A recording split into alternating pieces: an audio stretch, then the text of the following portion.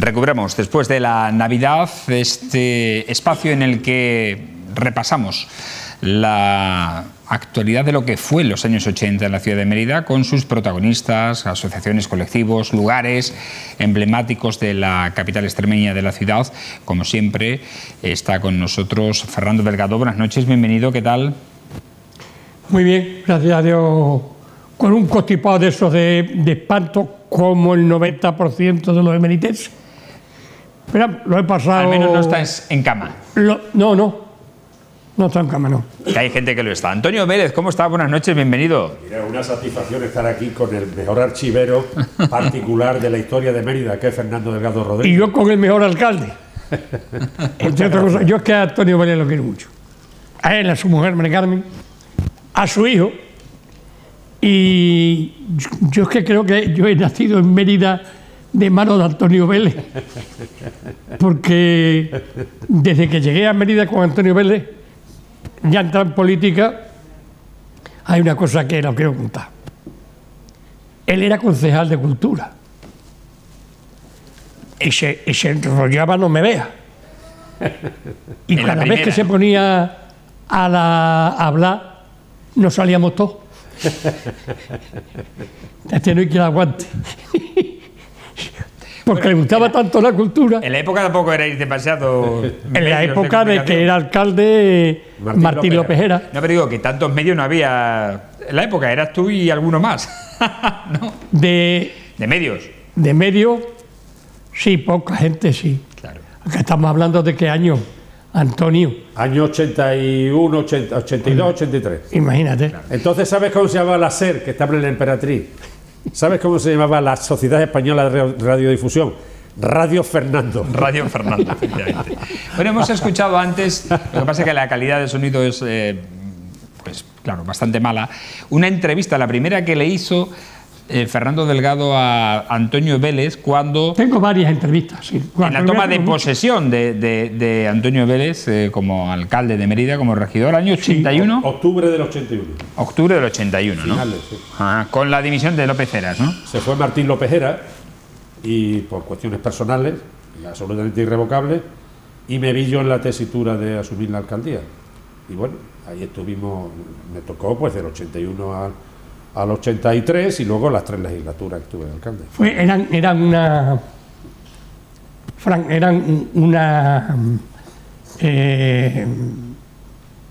Unos plenos que no tienen nada que ver con los de ahora. Era curioso porque se podían poner más o menos tensos, pero terminaba el pleno y se iban todos a tomar copas juntos. Sí, es verdad. Maximino Caballero, Ramón Guerrero, Vélez, todos. Toda la corporación. La corporación. Sí. Bueno, y aquí no ha pasado nada. Hoy traemos a Antonio Vélez a este espacio de historias de Mérida. Lo distraemos, solo secuestramos de su formato habitual de tertulia picota de la actualidad, porque junto a Fernando Delgado son memoria viva de la Mérida del siglo XX, indudablemente. Y hay un asunto que tratamos precisamente en este espacio la semana pasada, y era el campo de la Antigua, campo de fútbol de la Antigua, en el que se hablaba si era el más antiguo o no fue el primero en el que se disputaron partidos de partidos en los que tú ibas con tu padre en los años 50. Claro, ya Mérida estaba en tercera, una tercera muy poderosa, con el mundo andaluz, incluso otros mundos. Yo me acuerdo de un nombre mágico. Sí, porque la tercera de aquella era como una segunda B de ahora. Claro, efectivamente, claro. Muy potente, muy potente. Y era la herencia del viejo emérita de los años 21 y 30, que ahí tiene Fernando para contarnos cómo se inauguró con el Padre Mollete, cómo estaba, en fin.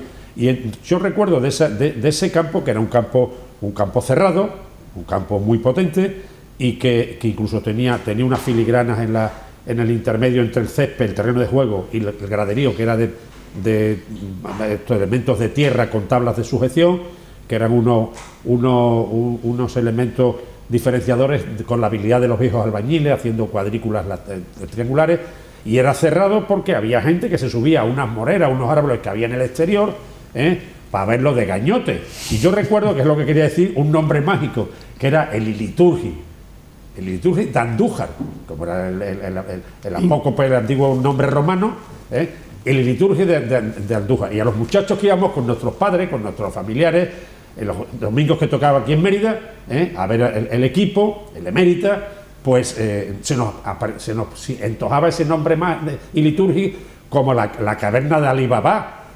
Abra 6 liturgia, eran jugadores de Andújar con su pañuelo. En fin, cuando en el fútbol no se ganaba dinero, Fernando Delgado. No. Cuando había una afición tremenda, muchos ferroviarios, nada más. en fin.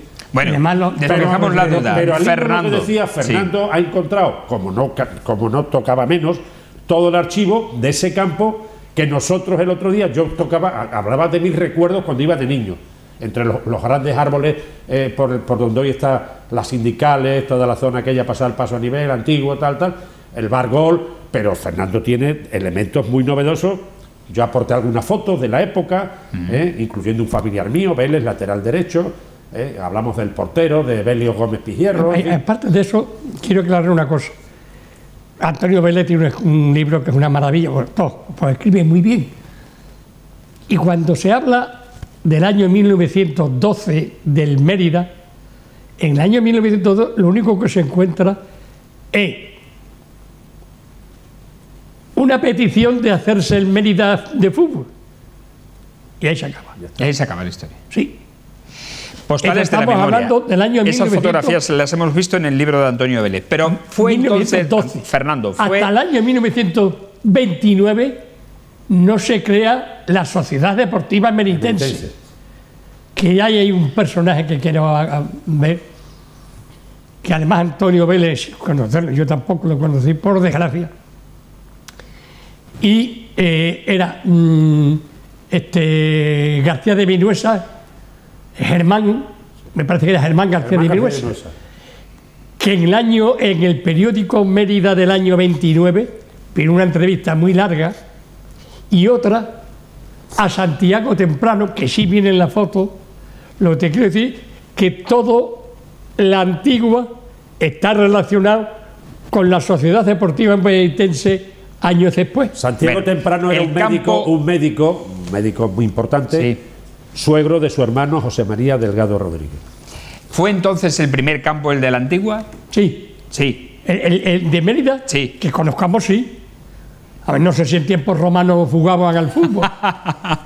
No, pero como tal, de no, los que campo de fútbol. El campo de la Antigua. Vale. Lo que todavía no sé. Esa fotografía, Fernando, que tenemos en la pantalla es de la inauguración del campo de la Antigua. Sí, como dice Antonio Vélez, es un primer campo cerrado. Y a la izquierda. Ahí se ve la valla. Y a la izquierda verá el personaje Santiago Temprano, que comentaremos algo sobre él. Lo que no he sido capaz, Antonio, es saber por qué es el padre Mollete con una de las Martínez, me parece que fue Milagro, no te puedo, como eran 18. Martínez Fin. Pero era Martínez. Una Martínez que está sentada en una mesa y es la inauguración. Lo que no sé yo por qué es el padre Mollete el que inaugura el campo del Antiguo. Y curiosamente el padre Mollete no tiene ni una calle en Mérida. Tienes toda la razón. Parece ser que ahí hay un juego inicial de que él llega aquí como mozalbete y reparte pan. Y un pan convencional del mañaneo era el mollete. Y creo que de ahí le viene el apelativo. Él empezó a hacer pan, bueno, a hacer panes no, a repartir. Repartir pan. A repartir panes, que era una panadería que había en lo que fue el antiguo caramba, el bar que había en la calle Santa Eulalia, que era muy señorial, el de Gordillo, que no me acuerdo el nombre, que después estuvo Manolo Barroso, hombre. Manolo Barroso, sí, ese era el... ¿Cómo se llamaba el bar? Actualmente es el bar de Gordillo. Sí, pero... Y de Ramón Guerrero, que también. No me acuerdo. Ahora nos acordaremos. Bueno, el padre Mollete, figura singular de Mérida donde las haya, efectivamente fue precursor de este campo y tuvo una inauguración. Sí. No hay documentación, por tanto, que revele la causa de por qué él estaba en esa inauguración. Documentación escrita, yo no te puedo decir si la hay o no la hay, porque tenemos uno de los archivos históricos más importantes, que lo lleva maravillosamente Peñafiel. Y yo no sé, no creo, porque lo único de fútbol que se ha encontrado del año 1912. Hombre, cuando se inaugura ese campo, estaba ya aquí Santiago Temprano. Santiago Temprano vino en el año 1920 y tantos, O sea que es posterior. Claro.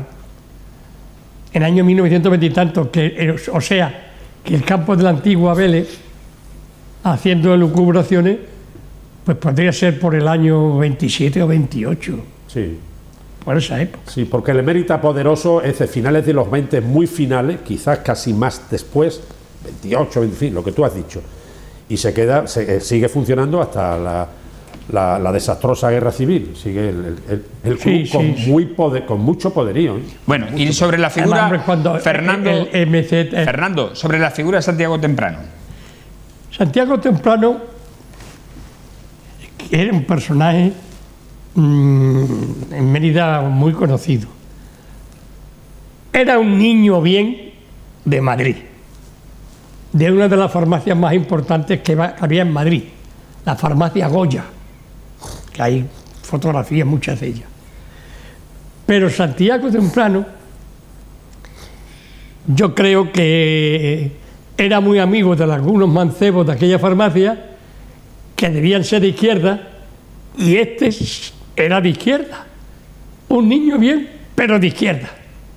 Y viene a Mérida, y más o menos quien propició el acercamiento más a la izquierda fue el propio alcalde García de Vinuesa.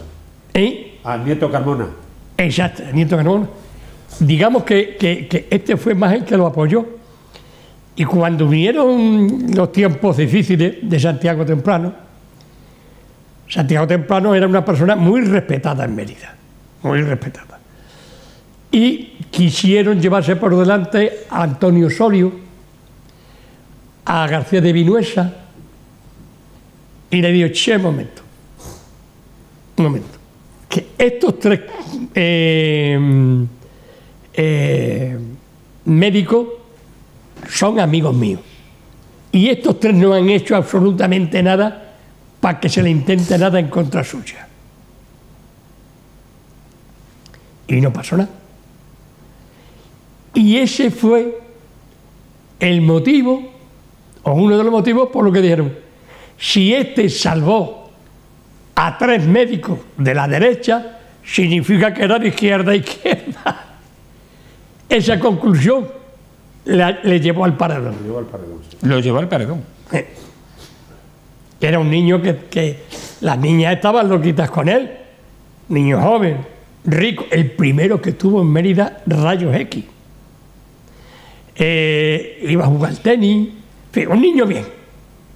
Pues claro, pero Fernando, pero es de entender ese tema por una razón, porque el gran juego que hace el socialismo moderado, que en cierto modo representa fundamentalmente también una persona solvente, que era Fernando de los Ríos, es el gran encuentro entre los intelectuales, fundamentalmente docentes y médicos también, de la institución libre de enseñanza, que se habían creado en la institución libre de enseñanza, con los Giner de los Ríos, con todo este bloque, entroncó con el mundo obrero, desde un punto de vista muy intelectual, muy reformista, muy redistribuidor, muy intelectualmente progresista, y ese fue el gran juego por el que entró Temprano en ese tema. Luego hubo otras circunstancias que rompieron el sistema, lamentablemente, pero en fin, pero efectivamente Santiago Temprano hay una anécdota, fue una referencia importantísima de Santiago Temprano, que fue a ver a un enfermo y el pobre no tenía ni ropa interior, y le dijo a la mujer, Adela, prepárame un juego